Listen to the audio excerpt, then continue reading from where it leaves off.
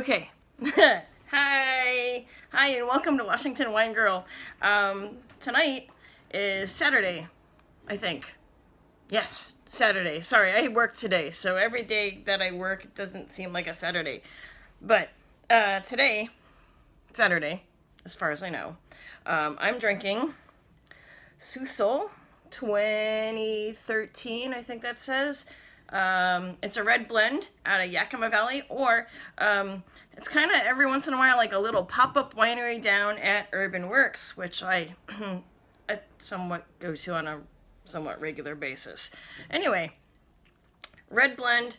Let's see what's in it. It says it's got 49% Sangiovese, 43% Cab Sauv, and some Syrah, finishing it off.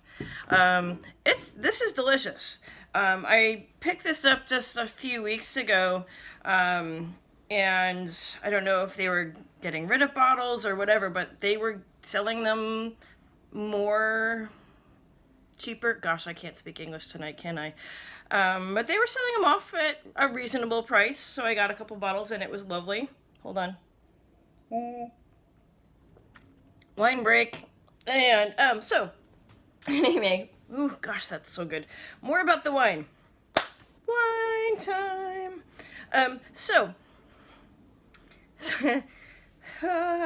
Anyway, so there's a lot of, like, cherry. Lots of wines have cherry, but, this is no question about it. Even though, like, the Sangiovese is just a touch more than the Cab Sauv in this wine, it seems very heavy on the Sangiovese, which is fine. Sangiovese is a cool grape, and this is delicious. So other things that you can probably taste in this wine, they say fig, roasted red pepper, leafy tobacco, I don't know, and a bit of pepper. So there's red pepper and normal pepper, I don't know, and a little bit of spice and stuff like that. They also say leathery tannins. It's definitely got a bit of a tannin thing going on, which is fine, and it gives this, like, wine as they say, a satisfying finish. But let me check and see if this is satisfying or not. Hold on. Oh yeah, that was satisfying.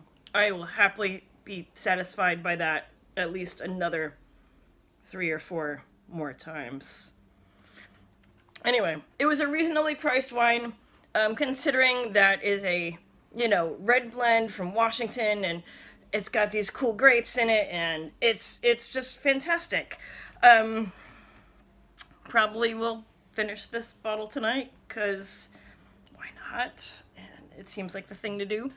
Anyway, but if I didn't, we talked about storage before, and a bottle of red, if you store it properly and you suck all the oxygen out, a bottle will last you probably about 2 to 3 days. And so you might be wondering, maybe, why some wines may go bad if they haven't been opened. So, but you might be like, but you need wines to breathe for a little bit, so you're like, okay, so oxygen is good sometimes, but oxygen is not good other times. It's really, really complicated, but I'm going to try to, like, condense it down. So let's say, so you get your wine, and, it's in your glass, and it's got oxygen, and that allows the wine to, like, oxidize a bit and makes the wine softer, if that's the way to describe it. But it allows the flavors to, like, I would say blossom. It's a fruit blossoms, right? I think. But too much oxygen with wine is bad. So a little bit of oxygen, good when it's in your glass and you're drinking it, yay, fun. But if it's been breathing for a long time, like a day or so, or in some cases in the bottle, if it's had oxygen getting in somehow, That's bad. And then wine can go really south, like my first bottle that I opened tonight, which is a very sad story. That one went really bad, and I had to dump a bottle, which is something I'm really hesitant to do. But it tasted a bit fizzy, and it smelled like Band-Aids and very vinegary kind of thing going on. And I'm like, life's too short to drink wine that smells like Band-Aids, and especially if it's a red wine. If a red wine is fizzy, it might have gone bad. You just have to accept that fact. So to wrap it up, lots and lots of oxygen with wine, bad. Little bit of oxygen when it's hanging out in your glass, good.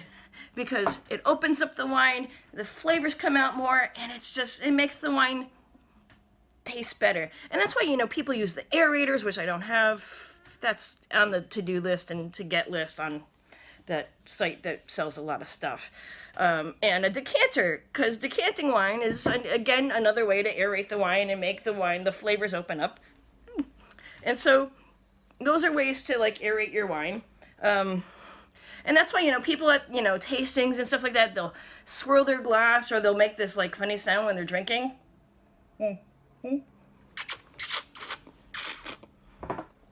They're trying to bring oxygen into their wine while they're drinking. And not only does it sound silly, it kind of looks silly too, but those are professionals, and let them do, you do you, and let them make their funny sounds. And then a lot of them also spit the wine out, which I also think is it's so sad. Anyway, that's gonna wrap things up. I'm gonna continue enjoying this sous-sol, which means basement in French. Who knew? I don't speak French. Maybe you do, and you already knew that. But yeah, that's gonna wrap things up. Happy Saturday. See you again sometime soon. Oh yeah, subscribe, because I need subscribers. Woohoo! Bye.